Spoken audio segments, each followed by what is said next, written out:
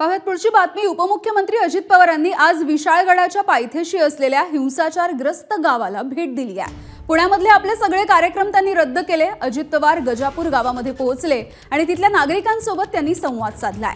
विशाळगडावरच्या अतिक्रमणावरून काही संघटनांनी आंदोलन केलं होतं आणि त्यावेळी गजापूर गावामध्ये तोडफोड सुद्धा करण्यात आली होती।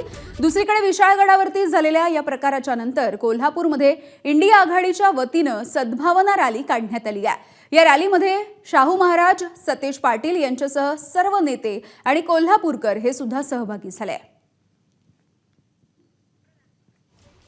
तर आपण ही दृश्य बघतोय। अजित पवार हे आज आपले सगळे कार्यक्रम रद्द करून आज या गजापूर गावामध्ये दाखल झालेले होते। गजापूरमध्ये काही दिवसांपूर्वी हिंसाचार झालेला होता, जाळपोळीची घटना घडलेली होती आणि त्यानंतर महाविकास आघाडीने सुद्धा आज सद्भावना रॅली काढली आहे।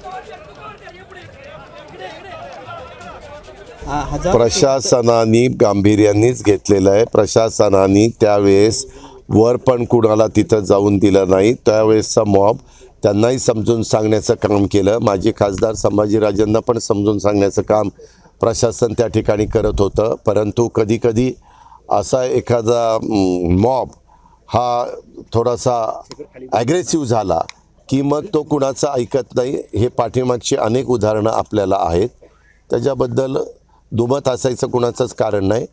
दीड वर्षात दुसऱ्यांदा सद्भावना रॅली करण्याचा हा प्रसंग इथं कोल्हापुरात आला आहे आणि याला नको होता तर तो आला आहे आणि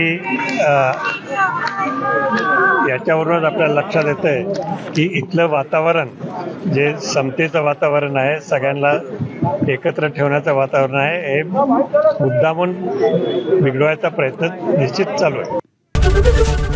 एबीपी माझा, उघडा डोळे बघा नीट।